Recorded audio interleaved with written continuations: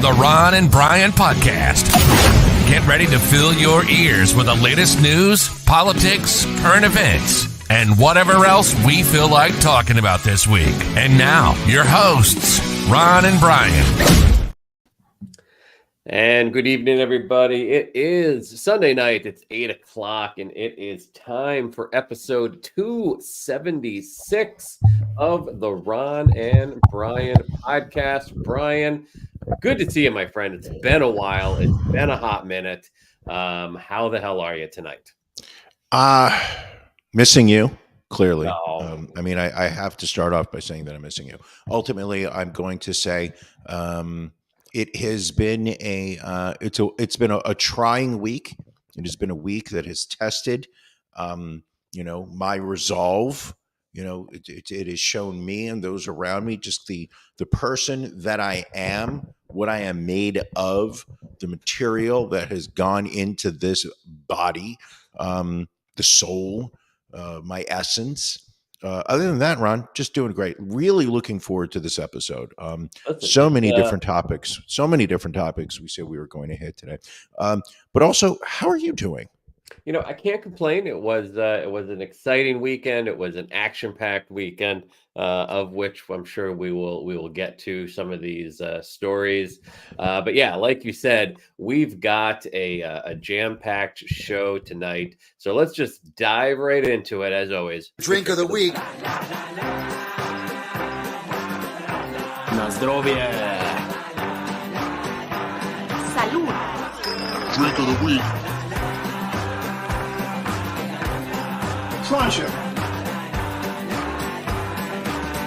Who's? Drink of the week. Drink of the week. Drink of the week. Drink of the week. Brian, what are you drinking this week, my friend? Alrighty, this is what we've got. It's still Oktoberfest, people. It's still Oktoberfest. So for those people who are sitting there saying, oh my gosh, I'm sure he's run out of Oktoberfest beers. There's no way Brian's still drinking Oktoberfest. Bam! I hit you with Hofbrau.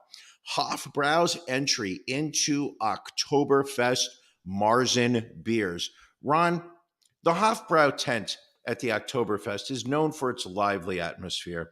Here is where the world comes to celebrate. Down under in Lederhosen, of course, the most popular folk festival in the world, wouldn't be complete without a very special beer. Hofbrau Oktoberfest beer is a full-bodied, bottom-fermented, just the way you like it, specialty beer. It's fine hoppy aroma. It's perfect alongside a classic Oktoberfest episode of the Ron and Brian podcast. Coming in at 6.3 ABV. As I said, it's using Hercules, Pearl, Select, and Magnum hops while also using light barley and Munich malts.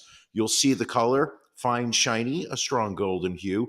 The taste, supple, soft, full-bodied, palatable, with a slightly sweet finish for the ladies. Here is Hofbrau's Oktoberfest beer. Nice. Well, Ooh, this is one of the lighter Oktoberfest beers that we've had. Okay. I would say this is probably on the more crushable side of things. I liked beer. I'm going to say the thing about these Oktoberfest beers, there's a sweetness in them that you're not going to get in, drinking all your heavy ales and porters. But I would give this a 4 Brians out of 5. Ron, what are you drinking? So as many of folks out there know, this weekend was Hoppy Halloween at Broken Goblet Brewing. Ron and Brian were in attendance, so I broke one of their beers out of my beer fridge. It is their Fritz's Sticky Bun Stout. Fritz's has been a cornerstone of Bucks County. Some of the best sticky buns you can get in the state of Pennsylvania. So this was their collaboration beer. It is a pastry stout with white chocolate and cinnamon. It is a nitrogen beer, which I think some of the nitrogen may have gone from the can. It didn't really pop when I poured it, but that's okay. This is 6.4%, so not too bad. And drinking it out of great merch as always, the Hoppy Halloween 9 glass that they handed out for tasting yesterday. He takes a sip. Still good, Brian. Still good. Still good. Sweet. There you go. But you get the alcohol aftertaste. You get some of that white chocolate. You get some of that cinnamon. It's a tasty beer. So kudos to the folks at Broken Goblet. Now, my question to you is what exactly, can you walk me through what makes this the sticky bun beer? I did not know Philadelphia known for its sticky buns. I mean, I was there recently. I saw many men walking around in assless chaps. I saw what seemed to be perfectly fine, recently oiled and waxed skin. I did not see anything sticky attached to them. I mean, if you know the Amish folk, you know they are great with the baking. They do sticky buns. Out in State College, you can get some great sticky buns. But yes, in Bucks County, you can also get some very good sticky buns. So it is the mixture of the white chocolate, the cinnamon, the sweetness that they add to the beer with the hot mix that gives this tasty little beer. Go take another sip. Go take another sip. I am. That's it's not one that sits in the fridge well. I will say that it's still good, but it has lost that nitrogen creaminess from it. That's a shame. That's a shame. At least you didn't lose the lactose. Billy Billy mentioned to me about 2 weeks ago, he was thinking about putting in a new a bit for the podcast, which was today in the Ron and Brian history. I like it. And, just to kind of show where were we, at various stages during our 33-year broadcasting career. Here he goes right now. 2 years ago today, Dave Hill was performing a comedy show at Ron's house. That's true. Thank you, Billy. I feel that bit has legs.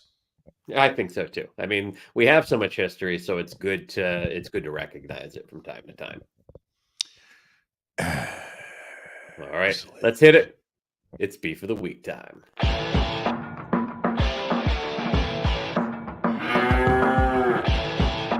Ron and Brian's Beef of the Week.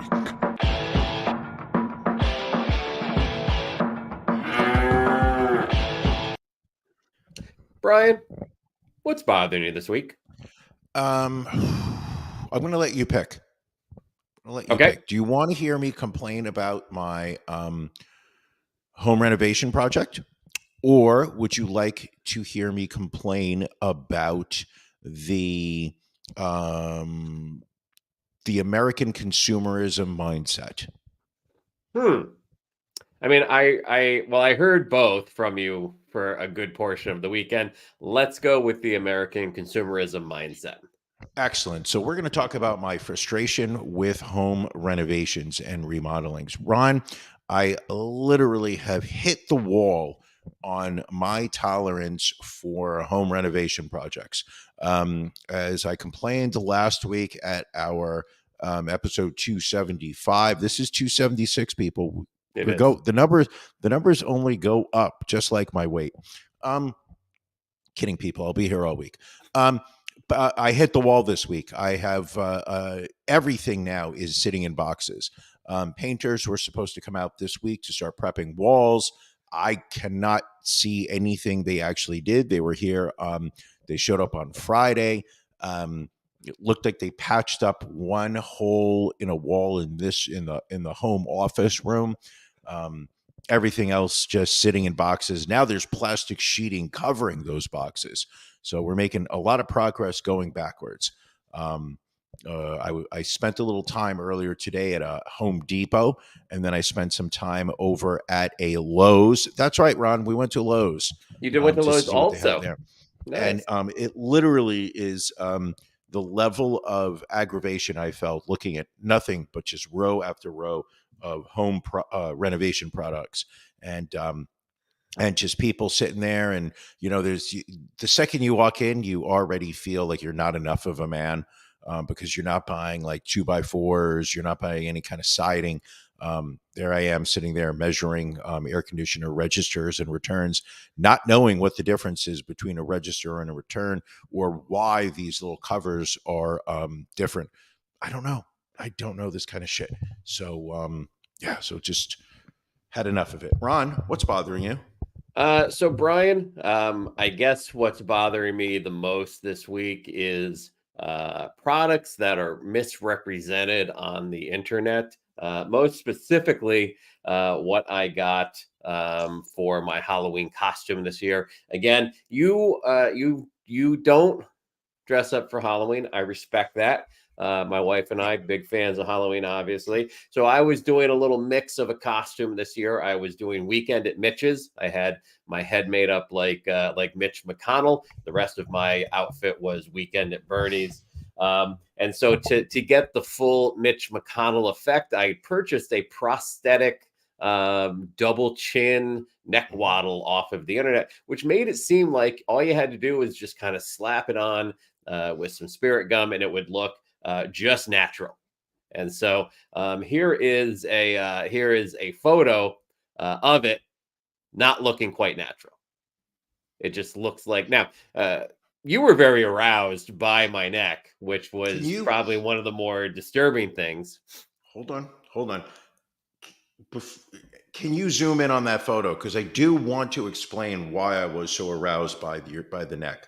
Okay. Can you guys see that vertical slit that's running in that neck, in the neck waddle? I mean, I know what you're talking about. Now, people listening, I'm sure this is enthralling because they can't even. Yeah, what I'm saying is, if you licked your middle finger and just slid it up and down inside that little crevice, like what I like to do, like yesterday was, I like to use this finger and this finger to spread the waddle out, and then I use my middle finger to just glide over that the embankment. I like to refer to it as. It made your wife very uncomfortable. Made all of us very uncomfortable, to be honest. Well, I enjoyed it. So you were not happy with the product? You know, I think it could have. I felt like it made it seem like it would blend a little bit better, and I feel like in looking at how this turned out, it did not blend. Again, I'm not a makeup genius. You know, it didn't hurt. It didn't. I mean, it didn't help, but better luck next year, I guess. Well, it didn't mix with your face whatsoever, so it literally did look like you had something stuck to your neck. Yes, and you really did touch it quite often. It was there was a lot of disturbance from them. Multiple people were uncomfortable watching me rub the waddle. I enjoyed it. I couldn't help it. Also, keep on people, and this is where I think I should get somewhat of a pass. I've been drinking, so True. The beer festival did run from 4 to 8, so we are talking. And obviously there is some downtime in between beers, but they were doing some good pours. Ron, show us the glass. I mean, here's the glass. It's a 12-ounce glass that they were doing a third to a half of this glass for the pours. These are supposed to be 2-ounce pours by law. You're limited to 2-ounce free pours. They were pouring. Sometimes some of those beers I was getting was filled up to just a half of it. Janelle, you're asking if my lady got offended? No. You know what she was? Disappointed. At one point I saw her look over at me and I could just see in her eyes, she was sitting there thinking to herself, how do I explain him to my parents? Like, how do I sell to my parents that I am making the right move? At one point I also saw her look deep into the horizon, just think to herself, have I made a terrible mistake? And we don't know. Well, time will only tell. Time will only tell, but I loved it. Other than that, Ron, I thought your costume was good. Your Mrs. Ron's costume kicked at major ass. Yes, she was Weird Barbie. I think she did a great job with that. And kicked ass.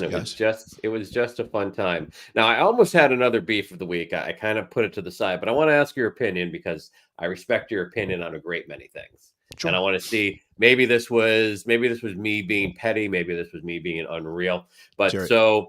Well, I will ask you two questions first. You are an aficionado of sandwiches like I am. Well, I love a good sandwich. Would you not say a good portion of what makes a sandwich great is the bread or the roll that it's on?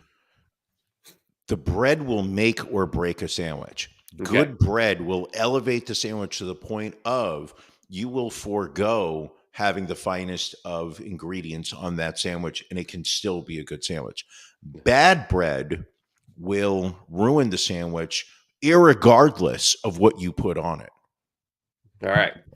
And if you were ordering a grinder, what type of bread product are you expecting when you get that sandwich? I would be expecting some type of like an Italian bread cut Okay. off at the ends, maybe like a what's the term that they use for those? There's a name for it. I don't know off the top of my head, but But something you like a also hero whatnot. you would maybe expect a roll if you're Oh, getting no, a no, no, no. grinder. I'm expecting like a hero roll. The question is just, Right. is it thick, heavy? Is it light, Right. fluffy? But if we're talking just pure shape, no, a grinder is a hero roll. Also known as a hoagie. Hoogie. So we were out watching the Phillies game the other night, and at the bar, and they had a chicken margarita grinder on the menu, and I was like, oh, that sounds pretty good. Came on just like white bread, not like a nice white bread, like a little more upscale than just out of like a Wonder Bread. But Like I a was like, country this- white? almost. But I felt like if you're going to advertise a grinder, I need a roll. Exactly. So I just want to make sure I just wasn't being petty. No, you're not being petty. It's all about the bread. Do you want? How would you describe the bread earlier today at Chef Vargas? Let's give Chef Vargas a shout out. Is that considered Willow Grove, Pennsylvania? No, I know you discovered Willow Grove today because you went to the Home Depot, but it is still in Elkins Park. So you were Elkins literally Park. If you, really close ladies to and my home. if you ever find yourself in Elkins Park, Pennsylvania, it is a suburb of Philadelphia. I know some people will refer to it as Philadelphia proper. It is not. It is the suburbs. It's kind of like saying Nassau County is New York City. Like you're nowhere near. But if you ever find yourself in Elkins Park, Pennsylvania, look into a guy named Chef Vargas. Some of the best Sunday brunches I've ever had. Previously, I've had the chilaquiles. I've also had the huevos rancheros. You have, yes. The lady over here had the barbacoa Benedict. Yep. What did you have? You had something really good. I had the chorizo and potato moletes. I'm sure I'm pronouncing it wrong. Yes, your lady had the empanadas. And that was served on a bread. It was served on, what the hell is it called? You mean bolillo bread. So it was pretty tasty. We call it pan. Okay, Ron. When you're at Chef Vargas, you're not getting bread. You're getting pan. Pan. And they referred to delicioso. They referred to it as bolillo rolls. Bolillo rolls. Oh, But it was very so tasty. absorbent. So absorbent. So Everything. I've never been disappointed by Chef Vargas. I hope what. Let's send him a clip of this. Maybe we can get on his social media. Let's hope. Show him some love. Let's It's the hope. finest restaurant I've ever eaten inside of an apartment building. Well, there you go. Good to hear.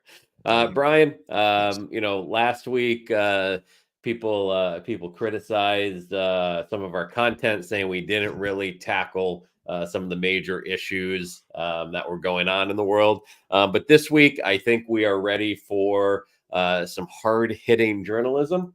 And I think, what we're going to talk about is I went to see the Taylor Swift movie for a second time. So for the next 42 minutes, we're going to break down the second view. We're just kidding.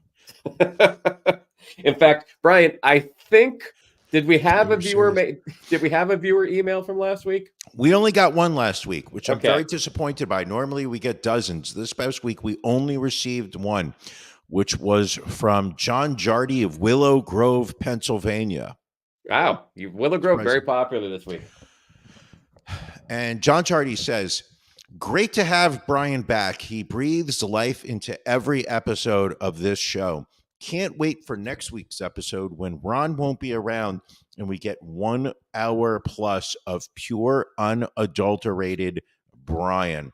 Thanks, John. I mean, I really appreciate the sentiments, but it is the Ron and Brian show. I am champion. But, I think Ron brings a lot to the table here. First off, absolutely keeps me in check. I'm scared of what I'm going to say next week. I mean, I guess this feels like a shameless plug listen, next week, exactly 7 days from right now, I will be doing this show all by myself, sitting in this room. I will not have my partner over here to keep the show rolling. I'll be doing it myself. So it's very important that I get this. I get the comments. The comment section needs to be lively next week. Needs to be kicking. Needs to help you create some content. Correct, because unlike Ron, who's delivered 58 minutes of content 2 times in a row, I'm doing a full hour. Remember Donnie T from Palm Beach last week? He pointed out that you showed the 9 minutes when you did your solo. We'll be doing a full hour. So next week, don't forget Brian. It'll be the Ron and Brian podcast. Only Brian. And everybody's invited except Ron, because he's fleeing the country.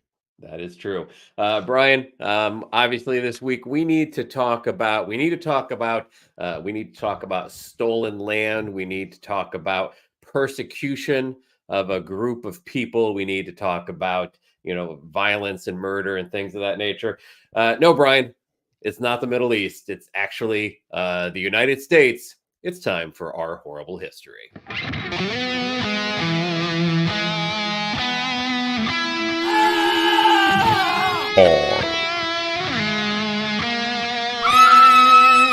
Horrible history. And Brian, you may be familiar with what is it called? Killings Under the Flower Moon, the new Martin Scorsese film with Robert De Niro and I think Leonardo DiCaprio. Who I know you're a big fan of. You have always told me how admirable it is every time Leo breaks up with a woman when she turns 26. You've really tried to model your life after that. But again, so this movie is it's about the Osage murders. I know nothing about them. Well, and neither did I until I saw this movie and I saw the premise. So let's kind of dive into this. As you know, Brian, the United States does not have a great history when it comes to the treatment of Native Americans. Even more so in this case, there was a period in the 19th century, Brian, called the Indian Removal. It went from 1830 to 1847. It's when the United States government forcibly relocated Native Americans off their land to undeveloped parts of the country. And at that point, the Osage were forced by the U.S. government to move from Kansas into what was now present-day Oklahoma. So they move, they resettle, and 50 years later, in 1897, oil was discovered on the Osage Indian Reservation. So a windfall, obviously, for the Osage Native Americans on that land. Excuse me. As part of the process of preparing Oklahoma for statehood, the federal government allotted 657 acres to each Osage on the tribal rolls in 1907. So thereafter, they and their legal heirs, whether Osage or not, had head rights, is what they're referred to royalties and oil production based on their allotments of land. The head rights could be inherited by legal heirs, including non-Osage, and the tribe held the mineral rights communally and paid its members by percentage related to their holdings. Now, this initially wasn't a huge thing until 1920, when the market for oil had grown dramatically and brought a lot of wealth to the Osage. In fact, in 1923 alone, the tribe took in more than $30 million, the equivalent of what would be $400 million in today's wealth. Of course, when that happened, the white people couldn't take the land from them, but they did try to control the Osage as much as possible. The United States Congress passed a law in 1921, which required that courts appoint guardians for each Osage of half-blood or more in ancestry who would manage their royalties and financial affairs until they demonstrated competency. As you can imagine, this was abused a little bit. And in May of 1921, there was a decomposed body of a woman, Anna Brown. She was an Osage Native American, and it was found in a remote ravine in northern Oklahoma. The Undertaker later discovered a bullet hole in the back of her head. However, her cause of death was listed as alcohol consumption. Anna had no known enemies, and the case went unsolved. Just 2 months later, Anna's mother, Lizzie Q, suspiciously died. 2 years later, her cousin Henry Rowan was shot to death. And then in March 1923, Anna's sister and brother in law, Rita and Bill Smith, were killed when their home was bombed. One by one, at least 24 people in the area inexplicably turned up dead. Anyone who shared suspicions and accompanying evidence about what may be going on was met with death threats or killed, like attorney W.W. Vaughn, who was thrown from a train and later found with his skull crushed.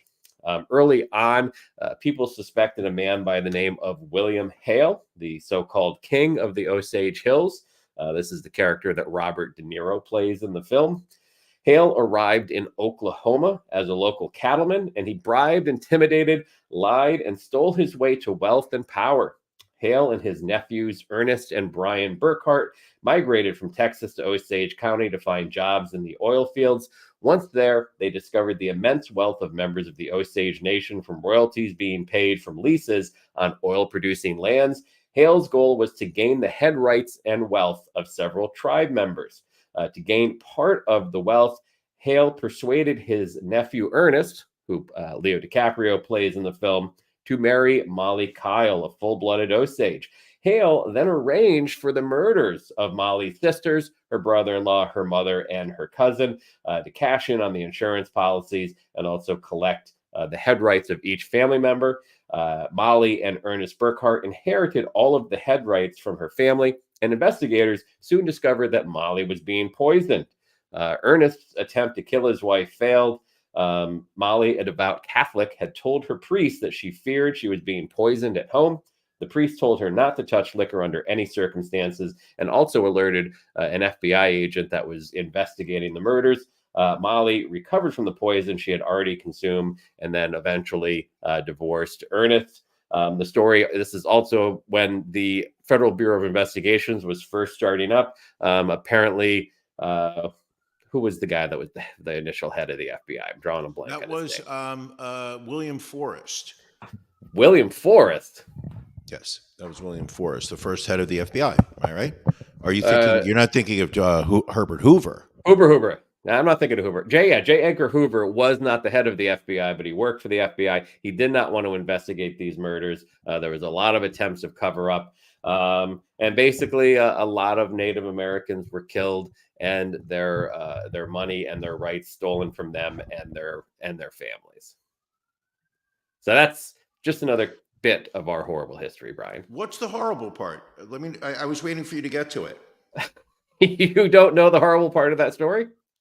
Well, no, I mean, what I heard was America thriving as a country in its expansion west. I believe it was referred to as imminent domain, where God's will stated that the white man was going to conquer the land until they hit the Pacific Ocean. Am I right? I'm possibly. I mean, you were more of a student of history than I was. Strangely enough. That's because you decided to be an English major, which was like, to me, right off the bat, throwing in the towel of defeat. Like at 19 in your life, you were already sitting there saying, give me something useless. I was saying, give me something I can graduate with, because I was just a horrible student. How'd that make you feel? What's that? How'd that make you feel? I mean, I feel like it all worked out in the end. I feel like it's okay. Brian, before we get too deep into the show, we do want to touch on our stories of the week. We have stories that we want to make sure don't fall through the cracks and that we make sure we cover them. Brian, what is your story of the week this week? My story of the week takes us to, I believe it's the great state of Tennessee, Hamilton County, Tennessee, where two teachers, Ron, can you put up the photo of the two teachers? two teachers were recently, these are the two teachers, ladies and gentlemen. You are looking at Ezra Fry and David Acevedo, who both use they, them pronouns. Two Tennessee elementary substitute teachers, who are also a couple, were cited for prostitution after police completed an undercover operation, with one of them saying they did the extra money for several years or they would starve on the salary being provided to them by the Tennessee Board of Education. So Ezra Fry, who is 22, and David Acevedo, who is 25. Not sure which one is which in the photo, but I'm not sure that is pertinent to this story. They both work in the Hamilton County school system. Police recently began an undercover sting when one of the officers reached out to Fry on an illicit prostitution website, posing as a John looking to set up a sexual encounter. Fry responded to it by saying that it would cost $150 and shared what they and them would be willing to do. During the exchange, Fry allegedly told the undercover cop that they would usually go to a client's house, but they insisted that it was safer to do it at their home, so that especially when it was John's first time. After the police officer showed police proof and stated that this is an arrest, both Fry and Acevedo gave statements during and after the search, stated that this was what they needed to do to maintain their lifestyle, that the amount of money that they were earning was just not enough. Sadly, police also discovered a large amount of drug paraphernalia and a .22 caliber rifle while searching their home. Fry and Acevedo were both received several misdemeanor citations, including unlawful drug paraphernalia, prostitution or promoting prostitution, and unlawful possession of a firearm. There was absolutely no comment from the Education Management and Staffing Solutions, a company that sends staff to school districts, where Fry apparently was employed. Fry, whose Instagram bio lists themselves as rabid, queer, gender anarchist, college dropout.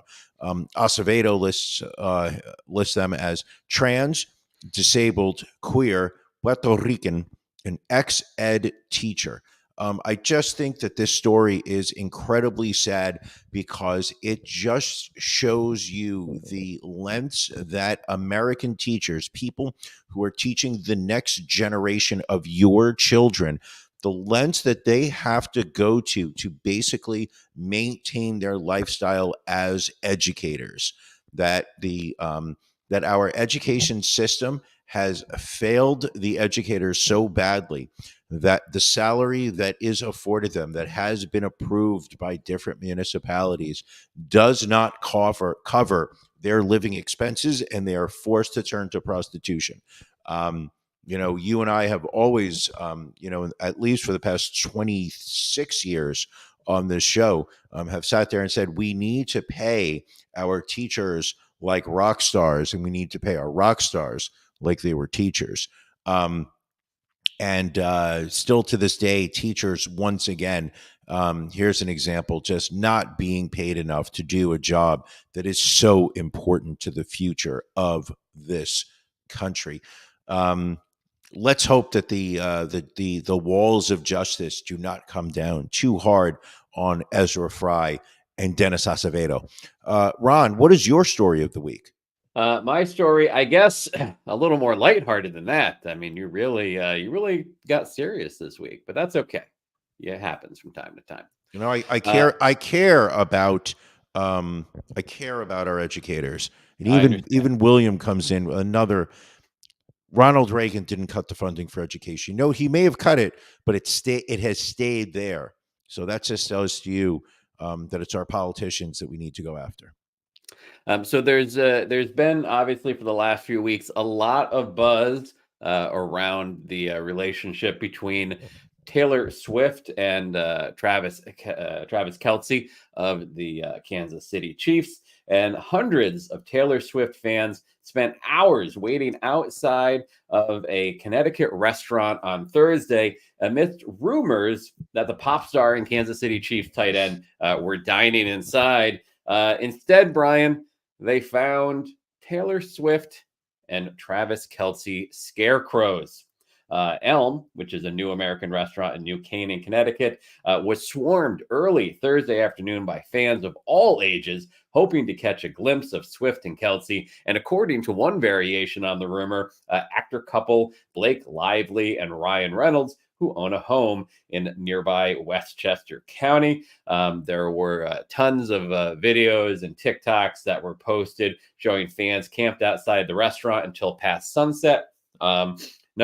Repeatedly, the staff said, Taylor Swift is not here. The restaurant did decide to move all pickup orders outside and lock the doors to the restaurant to prevent crowds from coming in, which made people suspicious.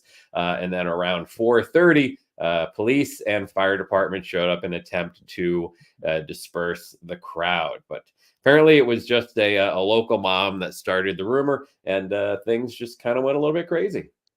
Now, does this have anything to do with the tweets you were sending out yesterday stating that Taylor Swift and Travis Kelce were at Broken Goblet Brewery for Happy Halloween 9? No connection to that. No truth to that. I don't know why you would say these things. I like those glasses, Ron. I like those. Thank you. Let's not think we're going to go a whole week without talking about your new glasses. All right. When did you get them? Where did you get them? So I got them from Warby Parker. We had a new Warby Parker store that opened up nearby. I was long overdue for an eye exam, so finally got one a couple of weeks ago. I thought it was really just the small print that I was having issues with.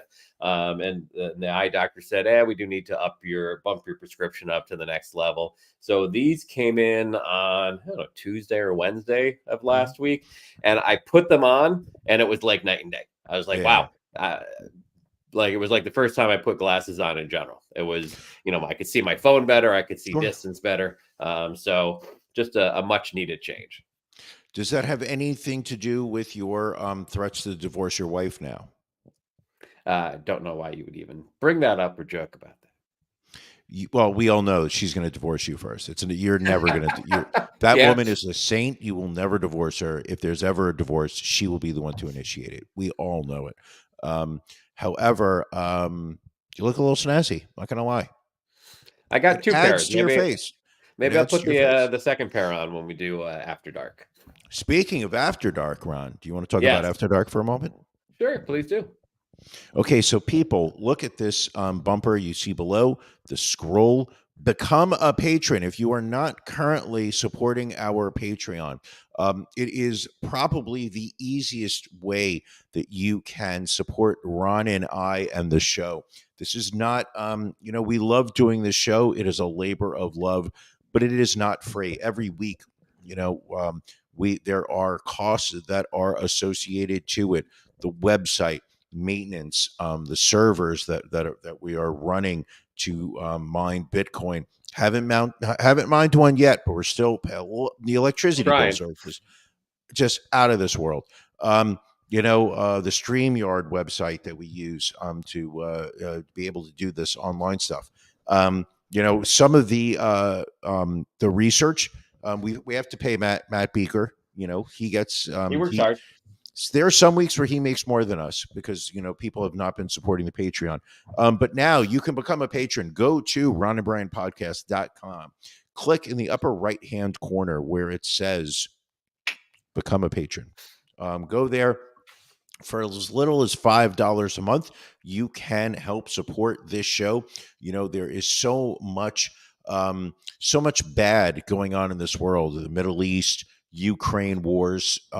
However, one of the things that we have been doing to bring some good to the world, to try to combat all the evil, is by doing 1 hour of free content every week when Brian is on the show. When Ron does it, 58 minutes. However, when Brian does it, it is 1 hour, guaranteed. However, it is a way for you guys to help us continue doing this show week in, week out. Join our Patreon. All right. We also help fund the show through our gambling. It's time for NFL Locks of the Week.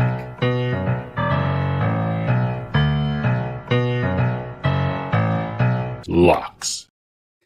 Brian, I don't know how I can keep saying it in any different way, but great performance by you this week. You there was a couple of road favorites.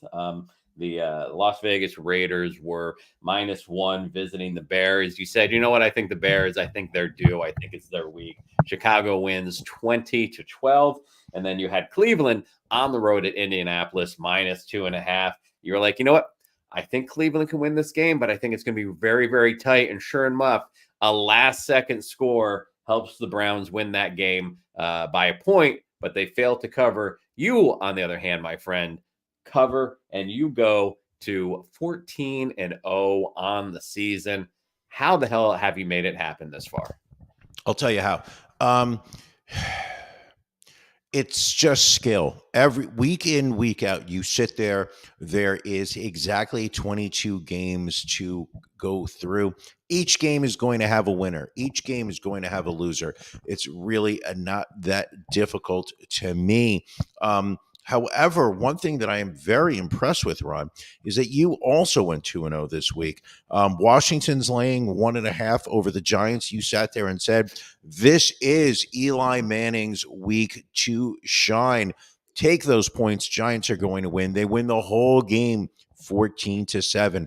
Then, listen, following up on your spectacular visit to your local AMC theater, you sat there and said, I love anything T Swift that is related to.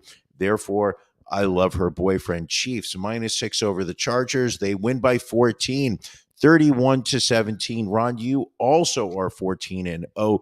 Congratulations. Who do you have for week 8? So next week, I have Washington -1.5 at the Giants. I'm looking at the wrong week. Pardon me. I'm looking at San Francisco -6 versus Cincinnati, and then Baltimore, heavy favorite on the road, -7.5 at Arizona. Lock those two in right now. Speaking of locks, Ron, the Jaguars are laying 1.5 over the Steelers. That's my lock number 1. And for my lock number 2, the Civil War that you hate to see, the battle for New Jersey. The Jets are playing the Giants, and there's absolutely no way that I am not going to stick to that game. Jets -3, you lay those points. New Jersey Jets will beat the New Jersey Giants. That's my locks of the week. All right. Speaking of locks, Brian, put a little pin in this for the next time I'm up visiting you. There is a new gourmet bagel shop opening up in the Brooklyn area. I want to say it's like that Bed-Stuy Heights neighborhood. So next time I'm up there, let's make sure we stop by. Is that the one that you sent me the link to on Instagram? I believe so. So just but again, just put a pin on that. Yes, I'm not sure exactly Bed-Stuy Heights. It's we'll check it out. Yeah. Brian, we have managed to go yet another week without a Speaker of the House in the U.S. House of Representatives. Steve Scalise was looking like a favorite, and then he pulled himself out of the race. Jim Jordan then emerged as the next candidate. He couldn't get the votes, and then he started losing votes. I think on the third vote, he had lost even more support from his GOP colleagues. And so behind a closed door meeting, apparently they voted to remove him as the candidate. So now there's anywhere from 6 to 8 candidates that say they want the speaker's gavel. In the meantime, a whole lot of nothing getting done in Congress right now. Literally nothing, Literally. No, they can't do a damn no thing. bills can't be passed. No bills are being passed by our government for the past. And I'm going to tell you something. Maybe that's not the worst thing in the world. Maybe the idea because we all know governments only screw things up. We've always wanted small government. And maybe if we just cause the federal government to come to a complete crush, maybe this is good for everyone, Ron. Possibly, but we'll see. I mean, do you have any predictions as to what's going to happen in the speaker's race this week? Oh, I will say that eventually they are going to come to a compromise. The Republicans will probably, my gut tells me, is that the Republicans will eventually come to an agreement with the Democrats on a candidate, and that there will be enough Democrats and Republicans to vote on a consensus moderate that will get passed. That the 8 far right, what do you call those guys? The Tea Party, The Freedom Caucus. The Freedom Caucus will eventually realize that they're going to need to shut the fuck up. Yeah, and I mean, it really is amazing that such a small handful of people can really just derail government like this. Well, it is what happens when you give power to the few. And we have to point to what do you call it? Paul McCarthy, who, when he was negotiating to become Speaker of the House, sat there and said, "You know what? I'm willing to bend to the few to get the majority, and I will pass a regulation within the House of Representatives that it will no longer require a majority to put forth a call to remove a Speaker of the House. However, I'm going to allow that any individual can put forth a call for a resolution." We had never seen it before. It was not part. It used to require a majority of the House to call for the removal of the Speaker. Kevin McCarthy sat there and said, "You know what? I'm willing to sell my soul to Matt Gaetz just so I can say that I was Speaker of the House. And then I will do his bidding once in there because he will effectively own me." He made his bed. He lied in it. And now he's probably going to be making a lot of money doing some consulting work under the next administration. But he can go fuck himself, as well as Matt Gaetz. And the whole Congress is a disaster. Ron, what are your thoughts? I mean, I think you also have to put a level of blame on the Democrats as well. I Of mean, course. at the end of the day, if the entire Democratic Party did not join those 8 or 4 or 5 or however many it was GOP people to vote out McCarthy, this would have never happened. And I saw a couple. First off, I mean, the level of spin that Republican speaking heads have put out there. I saw a Republican congressman being interviewed, and immediately was asked the question of why is there such discord going on in Congress right now. His first answer was it's because Biden isn't being strong enough on the border. And the reporter allowed him to keep going, I would say probably for about 20 seconds before he sat there and suddenly chimed in with, well, hold on, this has to do with the disorganization within your party. This has nothing to do with President Biden. This has nothing to do with the border. This is the fact that your own party threw out your last speaker and now cannot put together a majority to get behind one candidate for Speaker of the House. And he was hearing none of it. I mean, it is that mindset of I need to make my point, and I will never have my ears open to an opposing viewpoint to acknowledge that maybe there is validity to a point that I walked into a conversation disagreeing with. It's such a sad fucking state of where we are. And Ali commented whether I expected Democrats to vote for McCarthy. In that instance, I'm going to say yes, because oh God, no! What are you talking about? I thought you were being sarcastic. Are you saying that the Democrats shouldn't? So you're saying the Democrats were right to vote to remove McCarthy from the speaker chair? Absolutely. Really? Yes. How does that benefit anyone?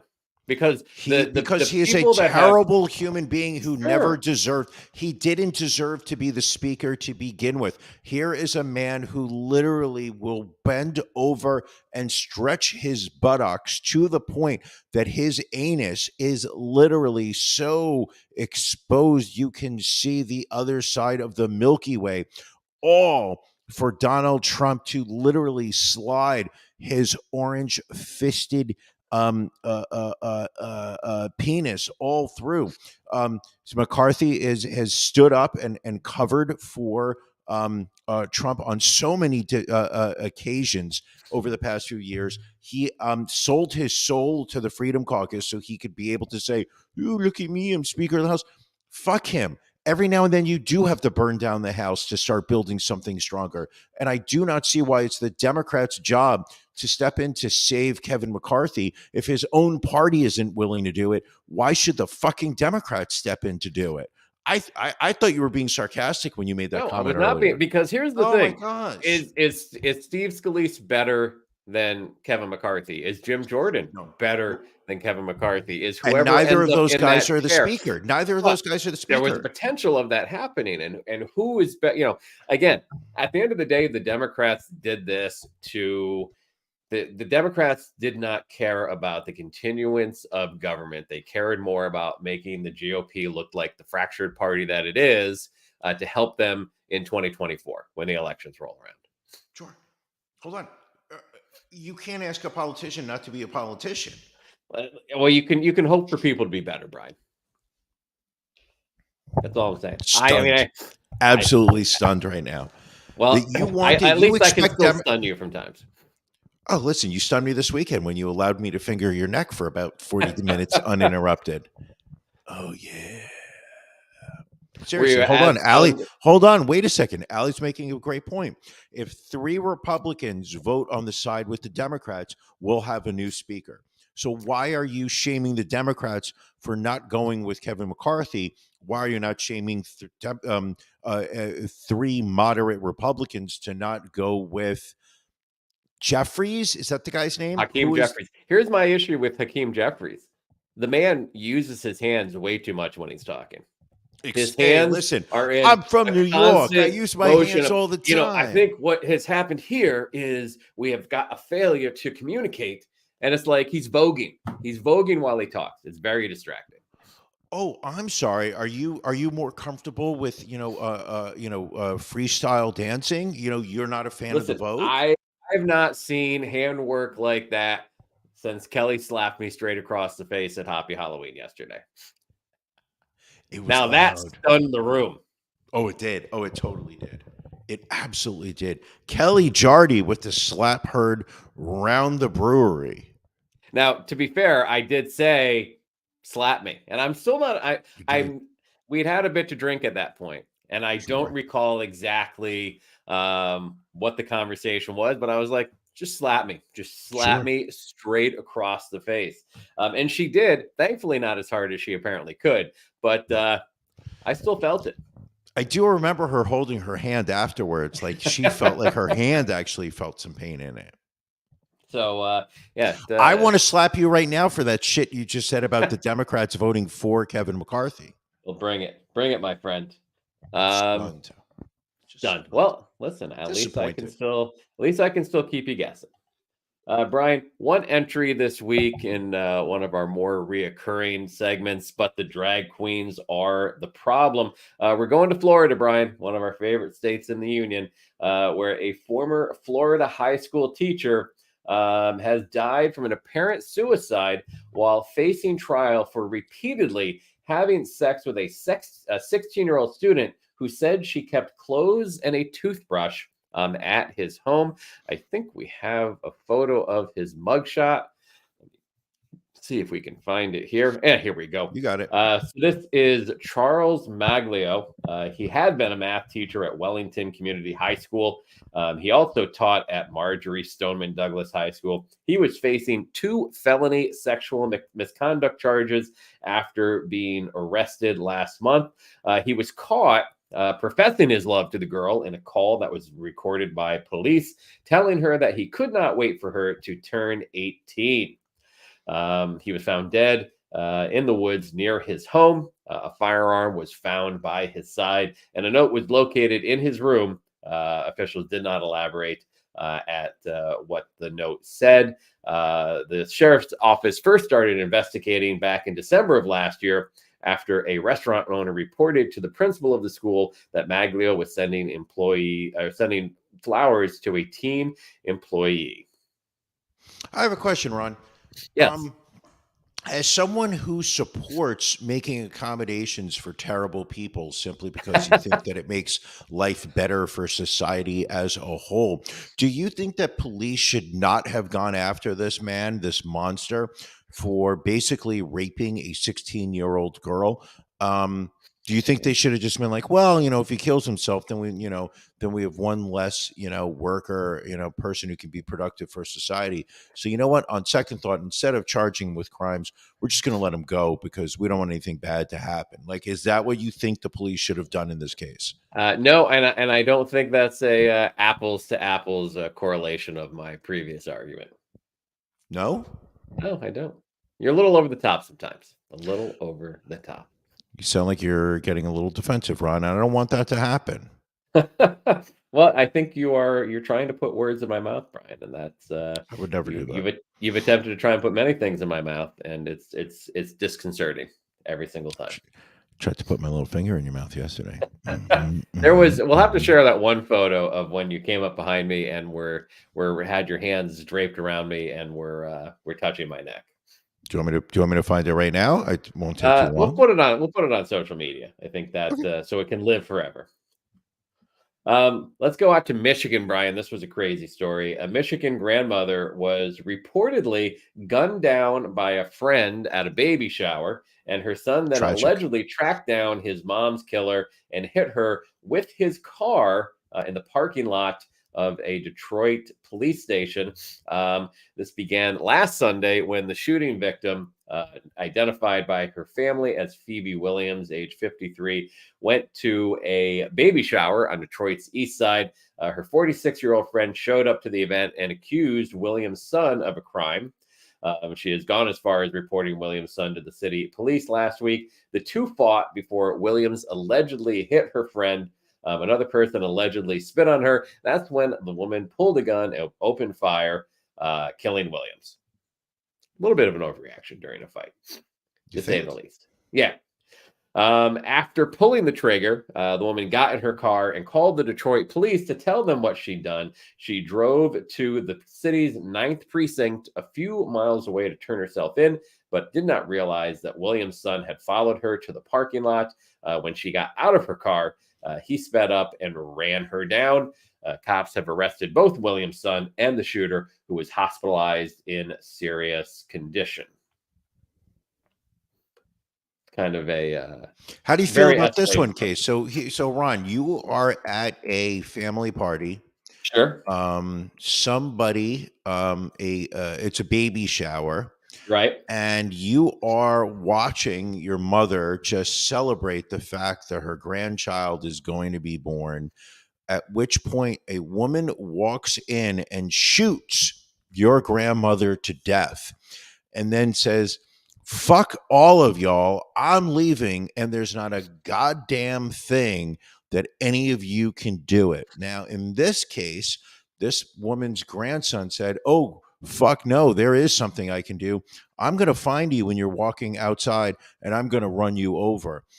Is this a situation, Ron, where you would have held the door for the woman as she was leaving because you would have said, listen, for the greater good, I don't want this woman who clearly is not in a right state of mind, to just be out there, potentially bumping into doors where she could bump into people. Let me hold the door for her so that she can make a safer exit for herself. Is that what you would do?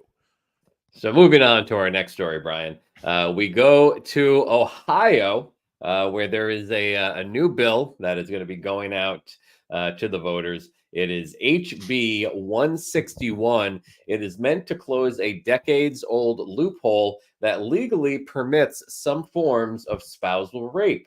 It amends a piece of the state code that presently makes it illegal to drug then sexually assault someone unless you're their spouse. The same spousal exemption is in place also applies for lesser sexual crimes, including sexual battery, sexual imposition, and gross sexual imposition. Ohio is not alone, but they are one of just 11 states that continue to provide marital exceptions to rape. Utterly ludicrous. I'm going to be Yeah. honest with you. This was a story that I put in the shared document that we have. I did not even know that that was still a thing. Right. I genuinely thought that any type of sexual assault, regardless of marital status, was going to be treated as a sexual assault by the police department and the prosecutors. I had no idea that states were literally making carve-outs for spouses. Just shocking and just honestly disappointing. Well, You know, and in 1986, the Federal Sexual Abuse Act criminalized marital rape on the federal level. But as recently as 2010, a survey found that 19% of police officers from 11 different police departments said that they were unlikely to believe a married woman who claimed she was raped by her husband. 19%. That's 1 in 5. Yeah. In 2021, California finally closed its marital rape loophole, and Mississippi, not usually the bastion of good judgment, passed a similar law earlier this year. Just terrible. Pretty much. Are you going to Just ask me fucking how I terrible. would support this in some way, or you're going to twist my words some more? Nobody could support this. All right. Nobody could support that whatsoever. All right. Up in Canada, Canada is going to legalize medically assisting dying for people addicted to drugs. Yes. How do you feel about this? I'm eagerly looking forward to the ability to roll into a Walmart pharmacy, a Rite Aid, a CVS, a Duane Reade one day down the line, walk to the back to the pharmacy. Obviously, everything is going to be behind some kind of plastic locked door. Probably bulletproof at that point because of these woke prosecutors who are just letting the criminals run free in these stores. Just basically slap down my credit card and buy myself one of those forever sleep pills that I'm looking forward to so that I can, when the time is right, just go to sleep one day and not wake up. I think that the ability and the acknowledgement by our governments that human beings have the right when it looks as if their future is looking terribly bleak to be able to say, I do not want to suffer anymore. I think. I think, and again, I would never accuse you of not fully reading a story that we're discussing, but so there already is a mechanism in place in Canada for people that have a quote grievous or irremediable medical condition to have assisted suicide. Right. This change would allow people suffering from mental illness as well as addictions to substance and substance abuse to then also qualify for assisted suicide. This bill, Ron, before you decide to just insult me, this is basically further opening the gates. I'm saying let's open them all the way to the point where if I decide as a healthy, 50-year-old male to, I'm not healthy. People know that, my knees are falling apart, back, whatnot. But I do believe that we should be able to, there should be mechanisms in place for people that do want to commit suicide to not have to shoot themselves in a park, in the woods behind their home.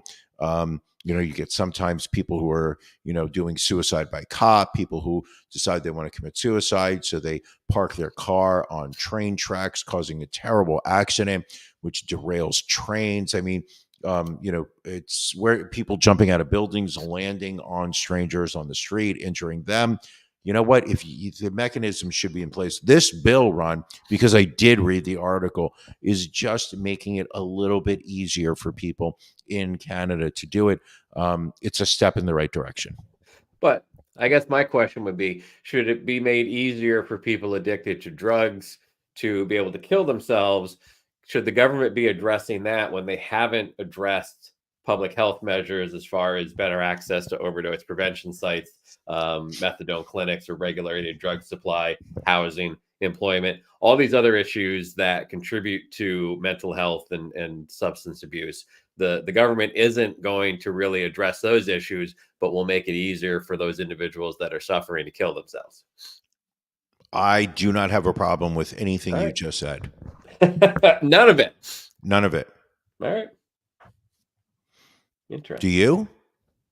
Well, I agree with you. I think I think you should be allowed to end your life if you feel you have no other alternatives. And there is, it's not just as simple as saying I'm addicted to drugs, I want to kill myself. Like you have to go through a panel, they have to do all the assessments for you. I mean, there is a process going through it.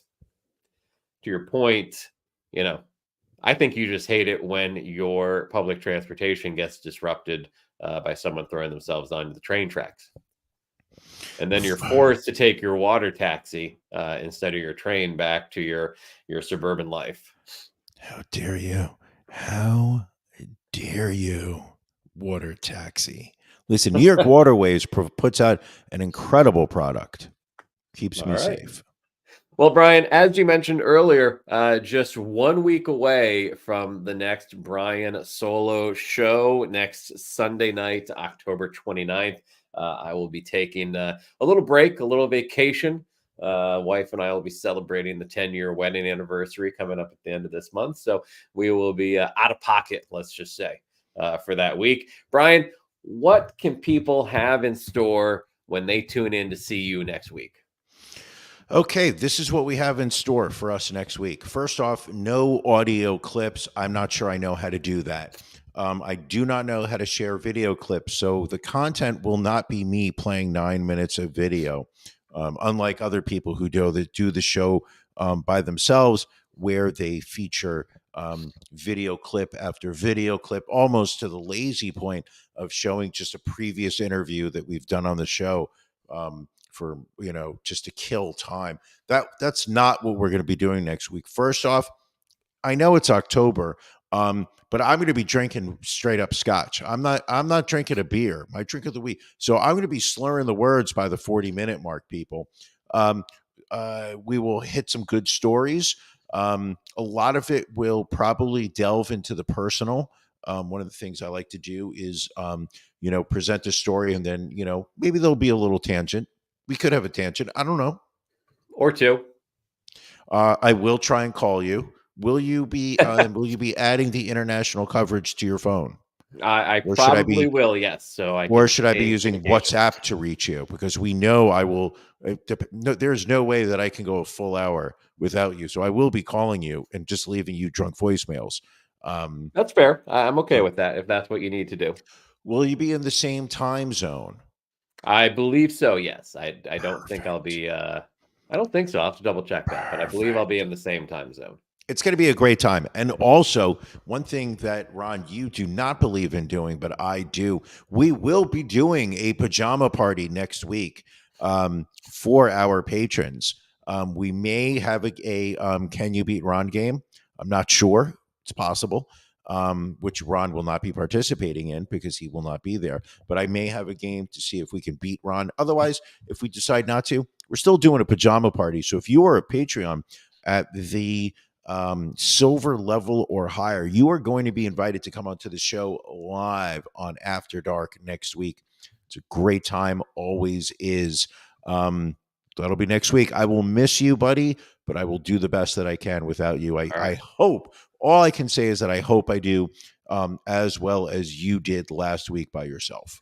Well, I appreciate that. All jokes aside, I will miss you. I'll miss the listeners, but it'll be good to have a little break.